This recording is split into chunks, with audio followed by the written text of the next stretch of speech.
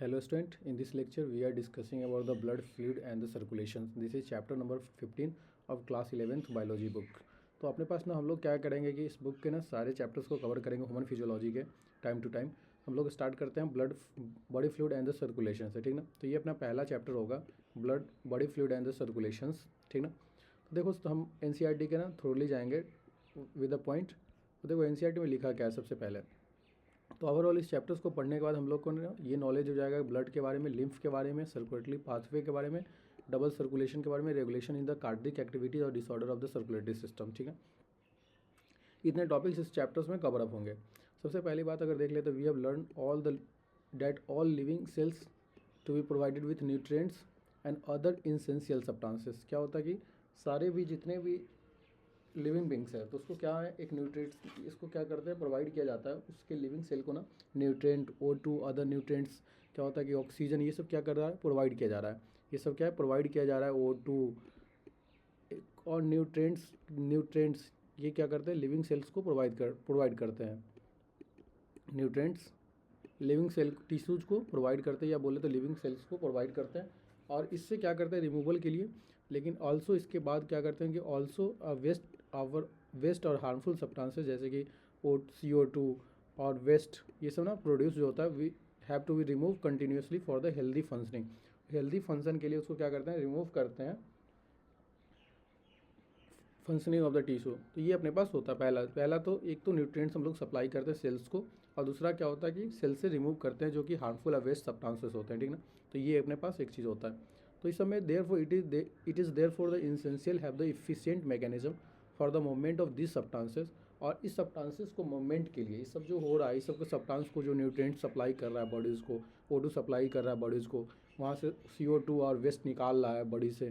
तो ये ना ये सब जितना भी हो रहा है सेल से निकल रहा है सेल को प्रोवाइड किया जा रहा है. तो ये सब के लिए क्या होगा एक ट्रांसपोर्ट एक चैनल तो चाहिए टू द सेल और फ्रॉम द सेल्स. तो different group of animals have involves different method. अलग अलग ग्रुप ऑफ एलिमेंट्स जो है अगर एनिमल्स की बात करें तो अलग अलग group of animals have involve different method for this transportations.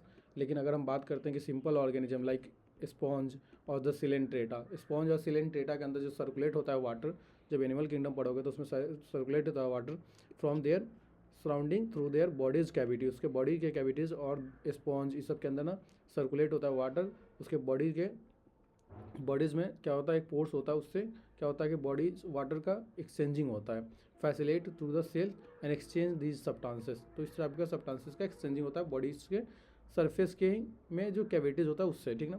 लेकिन अगर हम कॉम्प्लेक्स ऑर्गेनिज्म की बात करते हैं जैसे कि हम लोग हो गए कॉम्प्लेक्स ऑर्गेनिज्म जो एनिमल्स हो गया कुछ तो मैमाल्स हो गया. तो जो कॉम्प्लेक्स ऑर्गेनिज्म है उनके लिए ना क्या होता है कॉम्प्लेक्स ऑर्गेनिज्म के लिए एक स्पेशल फ्लूइड यूज होता है within their bodies to be transport such material. और उस स्पेशल फ्लूइड को ना हम लोग ब्लड बोलते हैं. That special fluid is called a blood. तो इसी को हम लोग ब्लड बोलते हैं. डैट इज़ कॉमनली और that's the special fluid is blood. तो ये अपने पास स्पेशल फ्लूइड क्या हो जाता है ब्लड होता है जो कि it is mostly commonly use for the fluid by the most of the higher organism higher including humans for their purpose. तो ये सब क्या करता है ना ब्लड जो है क्या कर रहा है ये ट्रांसपोर्ट करता है वो न्यूट्रिएंट्स को और ऑक्सीजन को क्या करता है सेल्स को प्रोवाइड करता है. और यही ब्लड क्या करता है ना फिर से क्या करता है O2 और CO2 और वेस्ट को क्या करता है ना रिमूव करता है बॉडी से सेल से लिविंग सेल से. तो ये चीज़ें करता ये एक तरह का ट्रांसपोर्ट का काम करता है हायर ऑर्गेनिज्म के अंदर इंक्लूडिंग ह्यूमंस. और एक और फ्लूइड हम लोग देखेंगे जो कि अपने पास होता है लिम्फ. ब्लड के बाद एक और जो जो also help the transport of certain substances. कुछ सब्सटेंसेस को ना ये भी हेल्प करता है help the transport of certain substances. In this chapter will the composition of and the properties of lymph. composition and properties of lymph that is a tissue fluid that and the mechanism of circulation of blood is also explained. तो हम लोग इसमें circulation of blood को भी देखेंगे और lymph के बारे में भी देखेंगे कि लिम्फ्स भी कैसे ना ट्रांसपोर्टेशन का काम करता है. कुछ सर्टेन सब्सटेंसेस को ना क्या करता है सब्सटेंसेस को कैरी करता है और वेंस में सप्लाई करता है. देखेंगे हम इसके बारे में कैपिलरी क्या होता है कि ना आर्टरी से निकलता है जो कुछ ना जो ब्लड निकलते हैं ऑक्सीजनेटेड ब्लड आर्टरी से वो क्या करते हैं कैपिलरीज के थ्रू होते हुए इसके बाद क्या होता है वो वेंस में जाते हैं मेजर वेंस में. उस कैपिलरीज और इन टिश्यूज के बीच में ना एक होता है स्पेस जैसे कि इसको बोलते हैं उस टिश्यू के और उसके बीच का एक स्पेस होता है उसको इंटरस्टेरियल स्पेस बोलते हैं। उस स्पेस में क्या होता है ना कि एक्सचेंजिंग होता है, उसमें क्या होता है और देन उससे ना क्या करता है, जो उसमें फ्लूइड होता है उस स्पेस में, उसी को टिश्यू फ्लूइड बोलते हैं और स्पेस को टिश्यू फ्लूइड बोलते हैं। उस टिश्यू फ्लूइड में से लेकर ना एक लिम्फेटिक चैनल के थ्रू क्या करता है ना, ब्लड में मेजर वेंस में डाल दिया जाता है और उसी को ना हम लोग बोलते हैं लिम्फ। उसी लिम्फेटिक्स वेसल्स में कोई जो पोर्शन में ना जो टिश्यू फ्लूइड है उसको लिम्फ बोला जाता है, ठीक ना।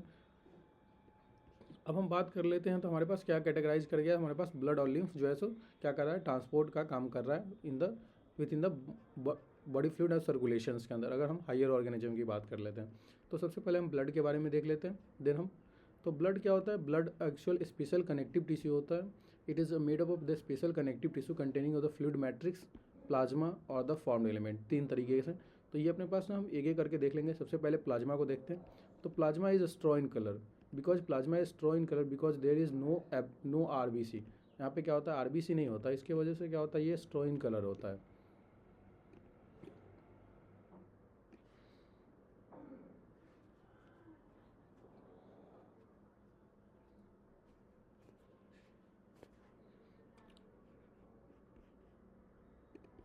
Viscous fluid constituting the nearly 55% of the blood. क्या होता है, अगर ब्लड की बात कर ले तो ब्लड अगर 100% है तो इस 100% में ना 55% क्या होता है, प्लाज्मा होता है।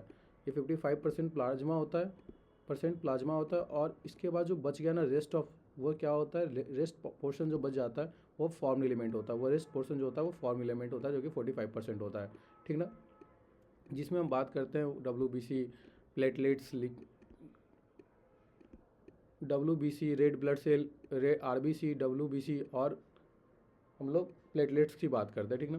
तो सबसे पहले हम लोग देख लेते हैं प्लाज्मा। तो प्लाज्मा में ना 90 से 92% ना प्लाज्मा वाटर से फिल होता है, percent in water and the proteins contribute 6 to 8%। अगर बात कर लेते हैं तो 6 से 8% उसमें प्रोटीन्स होता है और रेस्ट जो है 90 से 92% प्लाज्मा अवेलेबल होता है। इन प्लाज्मा में वाटर्स का अवेलेबिलिटी होता है, ठीक ना। देन बात करोगे ना कि जो प्रेजेंट इन इट्स, अब अपने पास क्या होता है प्लाज्मा ना, हम लोग अगर मेजर प्रोटीन्स की बात करोगे तो प्लाज्मा के अंदर, तो अपने पास ना प्लाज्मा के मेजर प्रोटीन्स की बात करोगे तो ये albumins, fibrinogen, globulins, albumins are the major proteins. ये तीनों क्या होता है, तीन तरह के प्रोटीन्स अवेलेबल होते हैं, लेकिन इसमें भी ग्लोबुलिन्स का ना अल्फ़ा, बीटा और गामा टाइप्स का अवेलेबल होता है प्रोटीन्स, ठीक ना। जिसमें हम डिफेंस मैकेनिज्म के लिए ना गामा प्रोटीन्स का यूज़ करते हैं, गामा ग्लोबुलिन्स का यूज़ करते हैं, ठीक ना। फाइब्रोजेंस, ग्लोबुलिन्स और द एल्बुमिन्स, ये मेजर प्रोटीन्स होते हैं। और एक और भी होते हैं जो कि प्रोथ्रोम्बिन होते हैं। ये अपने पास चार होते हैं, तीन अपने पास एनसीईआरटी मेंशन है, चौथा मेंशन नहीं है, दैट इज कॉल्ड प्रोथ्रोम्बिन, ठीक ना। और देन अब वो क्या बात करते हैं कि अगर फाइब्रोजेंस की बात करोगे तो फाइब्रोजेन अगर हम देखोगे ना तो ये क्या होता है, फाइब्रोजेन अगर हम बात करते हैं करके तो ये सारे प्रोटीन्स के बारे में, तो fibrinogens are need for the clotting and coagulation of the blood. Fibrinogen क्या करता है, क्लॉटिंग और कोगुलेशन में हेल्प करता है, ब्लड्स के क्लॉटिंग और कोगुलेशन में हेल्प करता है, ठीक ना। वही ग्लोबुलिन्स जो होता है वो हेल्प करता है, primarily involves the defence mechanism of the body. ये क्या करता है, डिफेंस मैकेनिज्म में हेल्प करता है ऑफ द बॉडी। और द एल्बुमिन्स जो होता है वो ऑस्मोटिक्स बैलेंस को बैलेंस करता है, ऑस्मोटिक्स प्रेशर के, या बोले तो ऑस्मोटिक्स बैलेंस करता है। एक्सचेंजिंग जो होता है ऑस्मोटिक्स प्रेशर्स को बैलेंस करके रखता है। ये अपने पास एल्बुमिन्स। अब बात करते हैं प्लाज्मा के अंदर। तो प्लाज्मा के अंदर जो कंटेन है स्मॉल अमाउंट ऑफ मिनरल्स, जो कि sodium, calcium ions, magnesium ion, hydrogen, हाइड्रोक्लो HCO3, क्लोरीन्स आयंस और ग्लूकोज, अमीनो एसिड, लिपिड, ये सब जितना भी अवेलेबल होते हैं ना, ये सब मिनरल्स, ये सब जो है ना प्रेजेंट होते हैं प्लाज्मा में। Are they always transient in the body. सब ये सब ना प्लाज्मा में अवेलेबल होते हैं, ठीक ना। ये सब सारे मिनरल्स अवेलेबल होते हैं प्लाज्मा के अंदर। और बात करते हैं कि फैक्टर ऑफ कोगुलेशन की बात करोगे, जो कि हम लोग जानते हैं कि फिब्रिनोजन जो होता है ना, फाइब्रिनोजेंस, जो कि क्या करता है, क्लॉटिंग एंड कोगुलेशन करता है ब्लड के अंदर। तो हम अब ये ना factor of coagulation and clotting of the blood is also present in the plasma, is called the inactive form. और ये एक तरह का क्या होता है, इनएक्टिव फॉर्म में होता है। Plasma without clotting factor is called serum. अगर प्लाज्मा के अंदर ना अगर हम सीरम की बात करते हैं तो प्लाज्मा से अगर फाइब्रिनोजेन को हटा लेते हैं, कि जो फाइब्रोजेन होता है, फाइब्रोजेन जो अगर हटा लेते हैं तो हम उसको सीरम बोलते हैं, क्योंकि उसमें क्या होता है ना, उसमें क्लॉटिंग फैक्टर नहीं होती है, जो कि सीरम में के अंदर क्या होता है कि जो फाइब्रोजेन होता है वो नहीं होता है। इसकी वजह से वो क्या होता है, वो एक तरह का कोगुलेशन या क्लॉटिंग ब्लड का नहीं करता, ठीक है। तो ये अपने पास ओवरऑल प्लाज्मा के बारे में हो गया। अब हम लोग देखें तो मेरे पास क्या होता है, एक तो इरिथ्रोसाइट, ल्यूकोसाइट और प्लेटलेट्स, जो कि आरबीसी, डब्ल्यूबीसी, और इन सबको ना कलेक्टिवली फॉर्म एलिमेंट्स बोलते हैं। सबको ना कलेक्टिवली द फॉर्म एलिमेंट बोलते हैं, जो कि 45% ऑफ द ब्लड अवेलेबल होता है। It is 45% of the blood, it is 45% of the blood available होता है, ठीक ना। 45% मैंने स्टार्टिंग बताया कि 45%, और ये अपने पास 55% की अवेलेबिलिटी होती है। इरिथ्रोसाइट्स को ही रेड ब्लड सेल बोलते हैं, जो कि मोस्ट एबंडेंट होता है सेल्स के अंदर। सबसे ज़्यादा अगर क्वालिटी, जब सबसे ज़्यादा क्वांटिटी में देखोगे तो सबसे ज़्यादा क्वांटिटी में ये एवरेज कितना होता है, 5 million to 5.5 million in RBC red blood cell metre की क्यूब में होता है। तो ये हेल्दी एडल्ट्स में अवेलेबल होता है, ठीक ना, of the blood. RBC is form in the red bone marrow of the adult.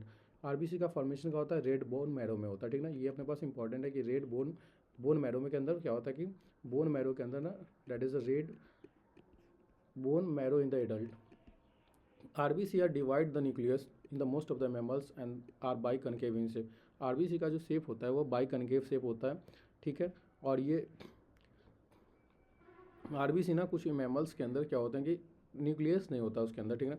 They have read in colour, इसके रेड इन कलर होता है iron containing complex proteins. I they have read in colour iron containing complex proteins, that is called the haemoglobin. तो ये red in colour होता है क्योंकि iron का containing complex proteins होता है। और इसके रेड इन कलर होने के कारण हम इसको हेमोग्लोबिन भी बोलते हैं। Hence the colour and the names of this cells. तो इसके कलर और hence the colour and the name of this cells is the haemoglobin. इसको हेमोग्लोबिन बोलते हैं, ठीक ना। द हेल्दी इंडिविजुअल इज 12 से 16 gram of the haemoglobin in every 100 ml of the blood. अगर 100 ml ऑफ ब्लड से compare करें तो अपने 100 ml ऑफ ब्लड में कितना होता है, अगर 100 ml ऑफ ब्लड में ना, 100 ml ऑफ ब्लड में क्या है, 10 से 12 से 16 ग्राम जो है हेमोग्लोबिन बोले तो इरिथ्रोसाइट आरबीसी अवेलेबल होता है, ठीक ना। तो 100 ml में 12 से 16 ग्राम क्या है, हेमोग्लोबिन अवेलेबल है, आरबीसी अवेलेबल है। This molecules play significant role in the transport of respiratory gases. और ये सबसे ज़्यादा इंपॉर्टेंट होता है रिस्पिरेटरी गैसेस, जो कि अपने पास जो ऑक्सीजन और CO2 का जो होता है एक्सचेंजिंग, वो यही काम करता है, ये कैरी करता है ऑक्सीजन को, ठीक ना। इसीलिए इसको बोलते हैं the molecules plays a significant role in the transport of respiratory gases. Then अब लास्ट हमारे पास बच जाता है RBC have the average life span is 120 days. 120 दिन का उसका लाइफ स्पैन होता है, और which can be destroyed in the spleen और ग्रेवयार्ड ऑफ द आरबीसी। क्या होता है ना, जो इसको जो डिस्ट्रॉयड होता है, ये 120 दिन के बाद क्या होता है, डेड हो जाता है। जो कि इसका लाइफ स्पैन 120 डेज का होता है, और कहाँ खत्म होता है, स्प्लीन के अंदर, जो कि ग्रेवयार्ड, इसी को हम लोग स्प्लीन को ही ग्रेवयार्ड ऑफ द आरबीसी बोलते हैं, ठीक है। अब बात करते हैं ल्यूकोसाइट की। तो ल्यूकोसाइट्स होता है वाइट ब्लड सेल, इसी को हम लोग वाइट ब्लड सेल बोलते हैं। They are called a colourless और due to the lack of the haemoglobin. यहाँ पे क्या होता है कि लैक ऑफ हेमोग्लोबिन की वजह से यहाँ पे क्या होता है कि कलर नहीं होता है, क्योंकि यहाँ पे क्या होता है, आरबीसी का अवेलेबिलिटी नहीं होता है। तो यहाँ पे हम कह सकते हैं कि वाइट ब्लड सेल के अंदर ना क्या होता है, हेमोग्लोबिन एब्सेंट होने की वजह से हम बोल सकते हैं कि यहाँ पे क्या होता है, ये कलरलेस हो जाता है। They are nucleated and they are relative lesser in numbers, average is 6,000 to 8,000 metres cube of the blood. इतना एवरेज नंबर्स जो होते हैं लिकोसाइट्स के इतने होते हैं। Leucocyte are generally in short lived, तो एक इसकी लाइफ स्पैन जो होता है वो कम दिन का होता है, बहुत कम दिन का होता है। They are two main categories of RBC, that is called the granulocytes and the agranulocytes. दो तरीके के अपने पास डब्ल्यूबीसी देखेंगे, that is called the granulocytes and the agranulocytes. सबसे पहले अगर ग्रेनुलोसाइट्स के बारे में बात करोगे तो जो ग्रेनुलोसाइट्स होता है उसमें भी न्यूट्रोफिल्स, इजनोफिल्स और द बेसोफिल्स दिखते हैं। वही हम अगर ए ग्रेनुलोसाइट्स को देखते हैं तो मेरे पास while the lymphocytes and the monocyte are the agranulocytes. Then अगर बात करते हैं सबसे पहले न्यूट्रोफिल्स की, तो neutrophils are the most abundant cells, जो कि 60 से 65% ऑफ द टोटल डब्ल्यूबीसी में अवेलेबल होता है।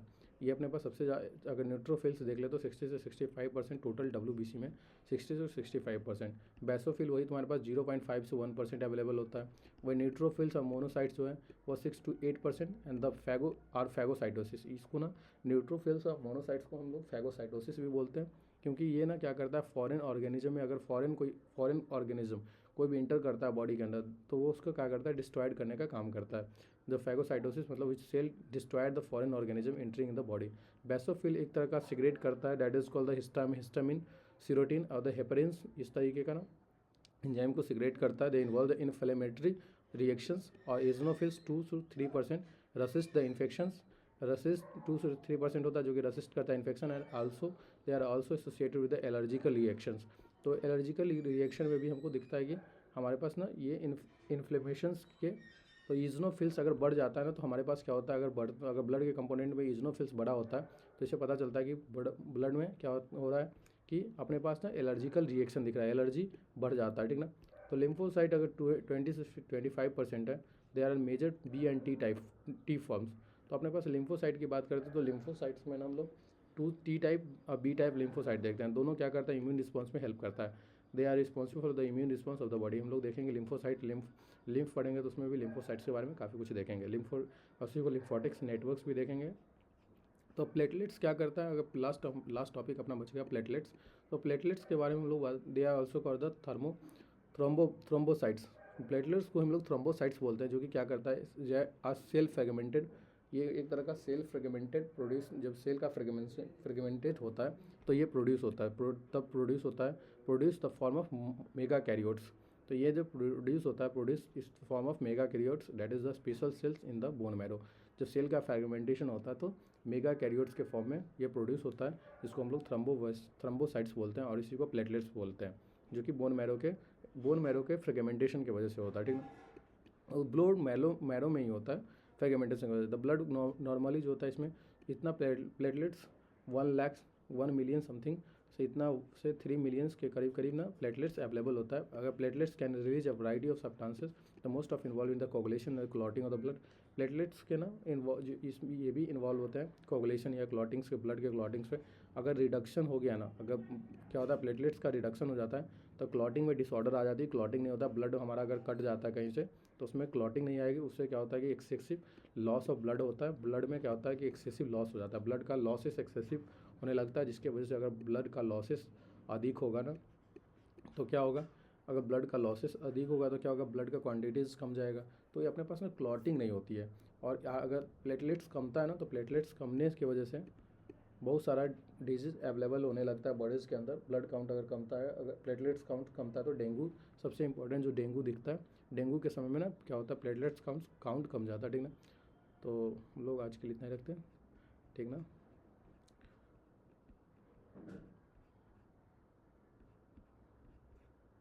Thank you for watching. Please like this video and subscribe the channel.